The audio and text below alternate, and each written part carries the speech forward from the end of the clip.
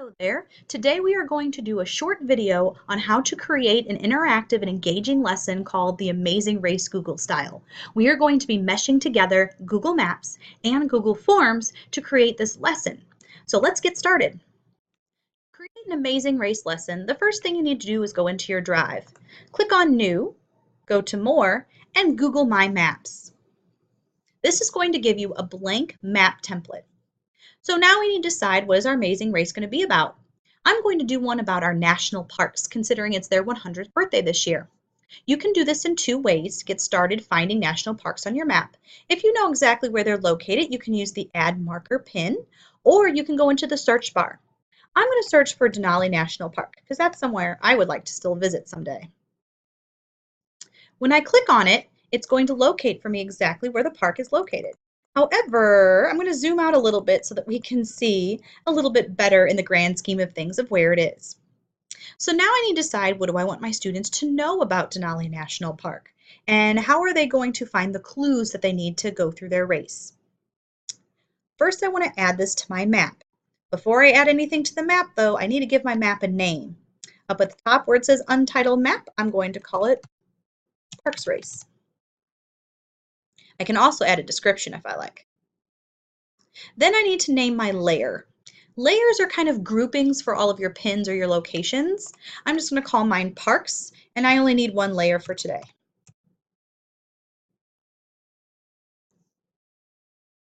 I'm going to click the Add to Map to add Denali National Park to my map list, my locations. So now I have Denali National Park as a part of my map. I can change the color if I want to it to be a different color. So you get to choose. You can even change the icon. Maybe it's a place where I like to go hiking. Next, I want to edit what goes into this information box. This is the information that my students will see. They'll have information they can read. I can type in here. I can also add links to websites, even images and videos. So let's say I want them to find out, tell me 5 things I can do while visiting the park. If I needed to find a website, I could search for in my website things I can do in Denali National Park. Hey, here's one by TripAdvisor. All I have to do is copy,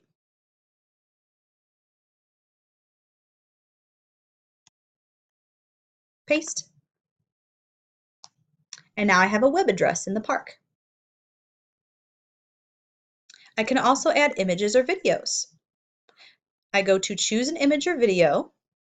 If I have anything saved to my drive, that's where I would upload it from. But I'm going to click on More and go straight to Google. I could even go straight to YouTube if I wanted a video. Google image search.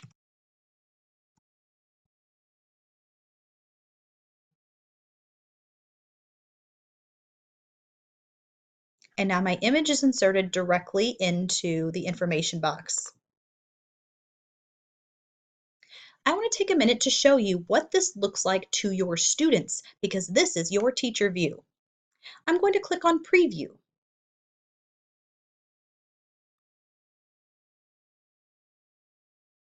Here's what it looks like under Preview. Remember, I have to zoom out to see what it looks like on the map, but this is what your students see.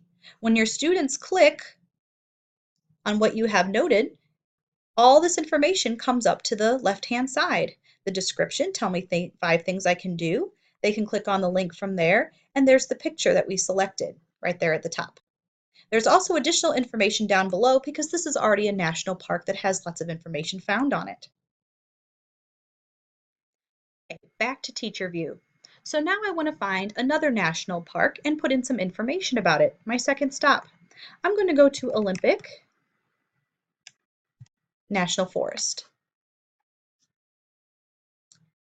So now I've been taken to Olympic National Park. There's already a website given there for me. I'm going to add this to my map. And now I have an indicator icon for Olympic National Park. I can do my same edits just as before. What if I wanted to add a video? So if I want to add a video, I can go right back over to add image or video. I'm going to go over to my right-hand side column and go to YouTube search.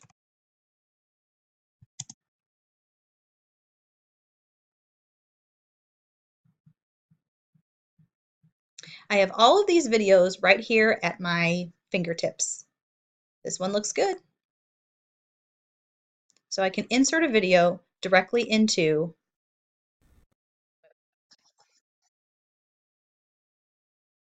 Pretty cool, huh? So now I click my save button, and now all this information is saved.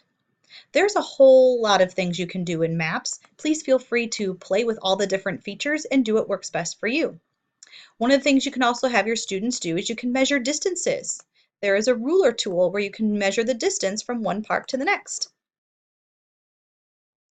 Once you have all of your parks picked and you have all of your locations set, what you want to do is you want to get ready to make a Google form so that your students have a place to answer the questions that they have discovered the answers to while they were traveling all around the world virtually. Now that you have all locations ready, let's go ahead and get ready to open a Google form. You'll go back into your Drive just as before, New, More, and this time you'll click on Forms to open a form. You'll want to title your form the same title as your search, so we'll call it Parks Race. And then you can start filling in your questions like you would on any Google form. The reason why I use a Google form to collect responses is because Google Forms also collects timestamps. Remember, you're running a race. Your students are involved in a race against time. They want to get the most questions right in the shortest amount of time. So once you've created your form and pushed it out to your students will respond, of course, in forms, and you can find out everyone's scores by opening in Sheets all of your data from the Amazing Race. I know all of my team names. I let my students work in teams for this. I see all of my answers, and when I'm done grading, I can see which team received the most correct answers in the shortest amount of time. So as you can see, I can see exactly what time, even down to the second, that my students submitted their responses. And then I'm ready to give out prizes. And of course, you can't have a race without prizes, right? So it's completely up to you. As soon as you are ready and you have your map finished and your Google Forms finished, the only thing left to do is to push it out to your students in Google Classroom. We have several ways we can do this. You can do this via the Share button,